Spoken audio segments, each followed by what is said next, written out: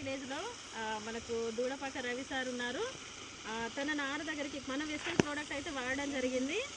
Seed treatment అయితే చేయించడం జరిగింది. ఈరోజు ఆ నారుకు ఏమేమి వాడిరో తన మాటల్లోనే విందాం. సార్ చెప్పండి.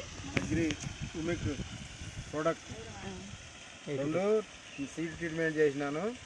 తర్వాత నారు చల్లే ముందు ఆకోజిల్ చల్లే దుక్కిలో ఆకోజిల్ చల్లినాక దీన్ని అలకడం చల్లింది.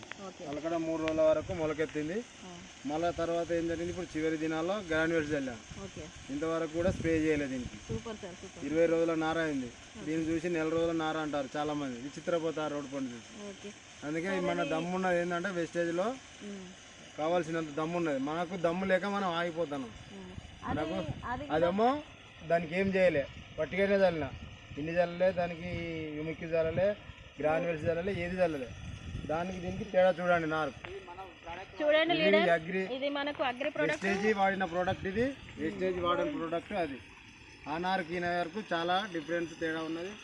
దీన్ని చూసి అందరూ కూడా మంచిగా నమ్మితే, నమ్మకం వలన ఏదైనా సాధ్యమవుతుంది, నమ్మకపోతే ఏదైనా సాధ్యం కాదు. కనుక దీని ద్వారా అందరూ లబ్ధి పొందాలని, లాభం పొందాలని మనస్ఫూర్తిగా దీన్ని కోరుకుంటున్నాను. గుడ్ మార్నింగ్ వెస్టేజ్. Thank you. సో లీడర్స్, మీరందరూ కూడా చూసారు కదా, మనకు అగ్రి ప్రోడక్ట్ వాడిన రిజల్ట్ అది వాడిన దానికి చూడండి చాలా డిఫరెంట్ అయితే ఉంది.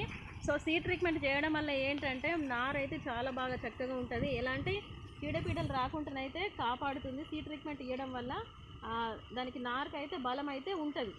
సో లీడర్స్ అందరూ కూడా సీడ్ ట్రీట్మెంట్ చేయండి.